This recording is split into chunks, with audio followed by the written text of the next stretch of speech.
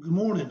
Just wanted to share a quick devotional thought with you this morning. I'm looking in the book of Judges. I've turned all the way to the last chapter in the book of Judges, in chapter 21. I want to read the last verse with you this morning. It says, "In those days there was no king in Israel. Everyone did what was right in his own eyes." And that one verse really sums up the whole book of Judges. It sets the stage, the backdrop for all that's going to take place throughout the book of Judges. Uh, Moses was dead. Joshua was dead. There was no real leader. There was not a king. There was not any specific person that God raised up to be the leader of all the people. God would use men and women. He would refer to them as judges, and he would use them temporarily. They would be raised up for a short time, and they would help the people of Israel during some very difficult times where they had got into sin. But there was no, designated leader, and so people, we see that they were just living how they wanted to. They lived the way that they felt was right. And as you read through the book of Judges, I want you to keep that thought in mind. Some of the crazy things that they do. And we'll be sitting there wondering, what in the world were they thinking? It goes back to this verse.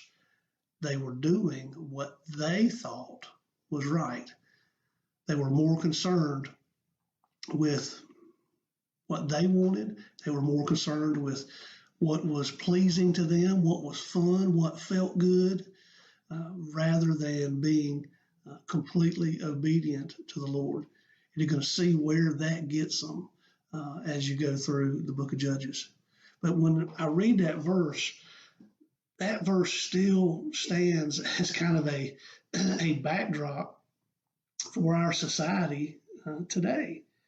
We could very easily say that people are doing what is right in their own eyes, not concerned about what God's word says, not concerned about what the truth of God's word is. They are more concerned with doing what they like to do, what is fun, what feels good, what everybody else says is right. They don't see a problem with sin. The truth is relative to how it impacts them.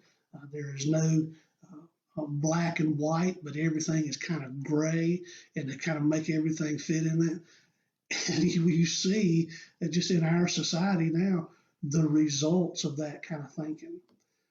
And so that's why it is so important for you and me as followers of Christ that, first of all, we would be very diligent to be faithful and obedient to the Lord, that we would be aware of what His Word says and how that it applies to our life, and we live by that we allow God's Word to be what guides us in all of our decisions. But secondly, we see the importance of us as followers sharing the truth with others so that they know.